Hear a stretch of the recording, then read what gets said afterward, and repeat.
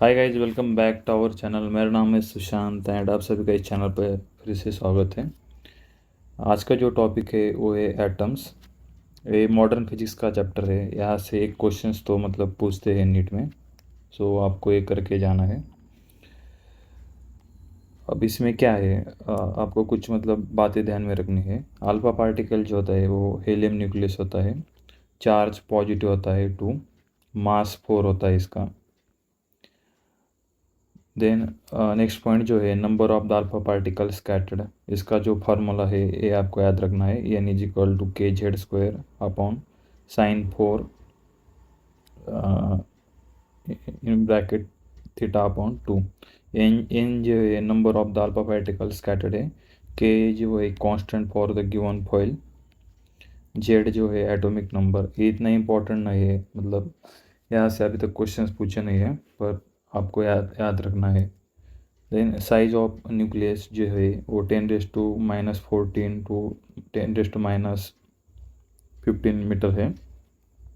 Size of atom जो है 10⁻10 metre है। ये आपको याद होना चाहिए। देन नेक्स्ट जो टॉपिक है वो है क्लोजेस्ट अप्रोच। ये इम्पोर्टेंट है, यहाँ से मतलब क्वेश्चंस पूछे हैं नीट में एंड ये आपको करके जाना है। इसका जो फार्मूला है ये आपको याद रखना है क्लोजेस्ट अप्रोच का। R is equal to 2 4 pi epsilon naught dot Z into E square upon M V square. ये फार्मूला आपको याद रखना है। डिटेल में तो आपको मैं एक्सप्लेन नहीं करने वाला, आपको बस याद करके जाना है। नेक्स्ट जो है इम्पैक्ट पैरामीटर। ऐसे मतलब क्वेश्चंस तो नहीं पूछा अभी तक, पर आपको याद रखना है इसका फार्मूला। ये जो होता है इम्पैक्ट पैरामीटर, ये है the perpendicular distance of the initial velocity vector of the alpha particle from the center of the nucleus. Impact parameter B is equal to kz e square upon initial kinetic energy in square root bracket 1 plus cos theta upon 1 minus cos theta। ये formula आपको याद होना चाहिए। Impact parameter zero कब होता है? जब theta की वैल्यू जो होती है वो पाई होती है 180, एंड थीटा इन्फिनाइट कब होता है? जब थीटा की वैल्यू जो होती है वो जीरो होती है। ये आपको याद होना चाहिए। देन बोर्स मॉडल के पॉस्टुलेट, ये आपको याद करने हैं। यहाँ से मतलब थ्योरेटिकल क्वेश्चंस पूछ सकते हैं वो, स्टेटमेंट बेस और ट्रू और फॉल्स ऐसे मतलब क्वेश्चंस पूछ सकते हैं नीट में। फर्स्ट पॉस्टुलेट क्या कहता है? An electron in an atom can revolve only in a certain stable orbit with fixed energy. This orbit called energy level और stationary state like KLMN। Second postulate क्या है? While revolving in a particular energy level on electron do not radiate any radiation. ये आपको याद करना है। Electron can revolve only in those orbits for which orbital angular momentum is integral multiple of h upon 2 pi। ये आपको याद रखना है।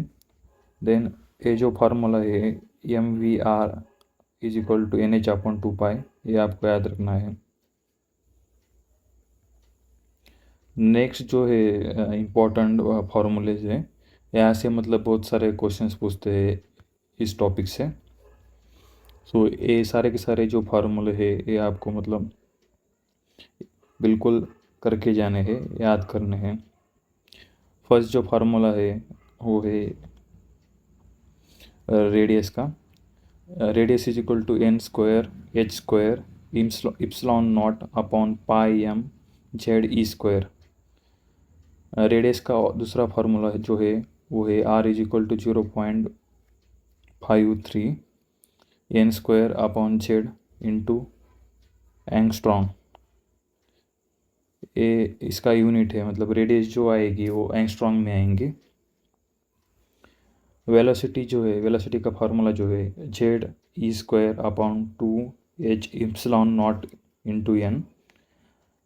एयर वेलोसिटी का दूसरा formula same 2.1 18 into 10⁶ into Z in upon N in metre per second.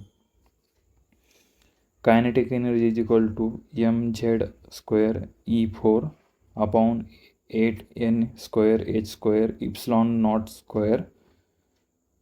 ये formula आपको याद रखना है काइनेटिक एनर्जी का.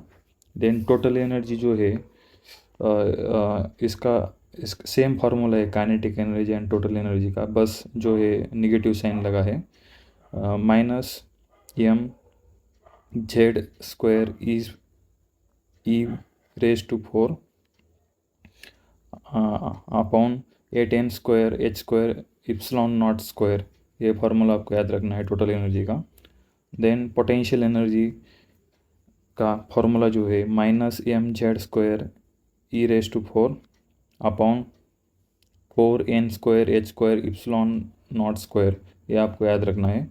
अब इन तीनों का जो रिलेशन है वो है kinetic energy is equal to minus total energy is equal to potential energy upon 2. ये आपको याद रखना है. नेक्स्ट जो फार्मूला है एनर्जी का है E is equal to minus 13.6 Z² upon n² electron volt. ये फार्मूला आपको याद रखना है. इसका ये दूसरा formula E is equal to minus 2.18 into 10⁻18 Z² upon n² in joule. ये फार्मूला भी आपको याद रखना है. ये जितने भी जो फार्मूलाज है सारे के सारे इम्पोर्टेंट है. यहाँ से मतलब बहुत सारे क्वेश्चंस आते हैं इस टॉपिक से. देन अब तक नेक्स्ट जो टॉपिक है वो है एनर्जी लेवल्स. इसका जो फार्मूला है ये सबसे इम्पोर्टेंट है, आपको याद रखना है. 1/λ is equal to RZ² in bracket 1/n1² minus 1/n2².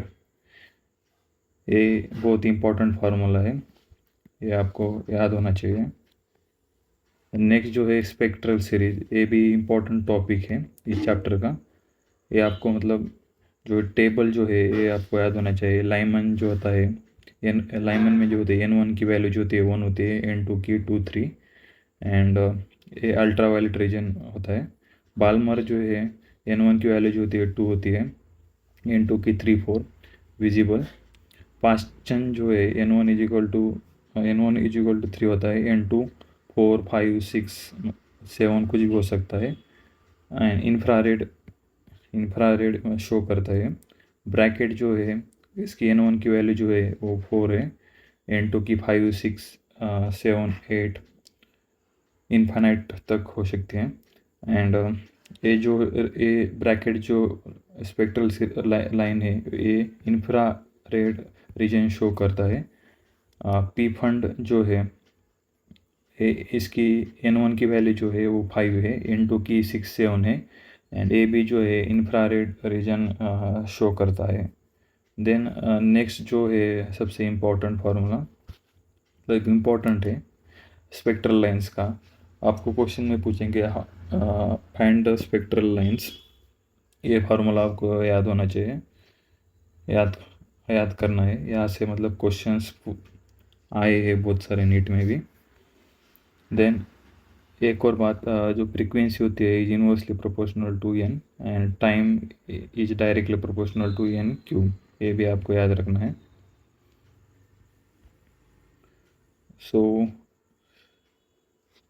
अगर आपको ये वीडियो अच्छी लगे तो वीडियो को लाइक करो एंड चैनल को सब्सक्राइब करो. मिलते हैं नेक्स्ट वीडियो में, तब तक के लिए बाय.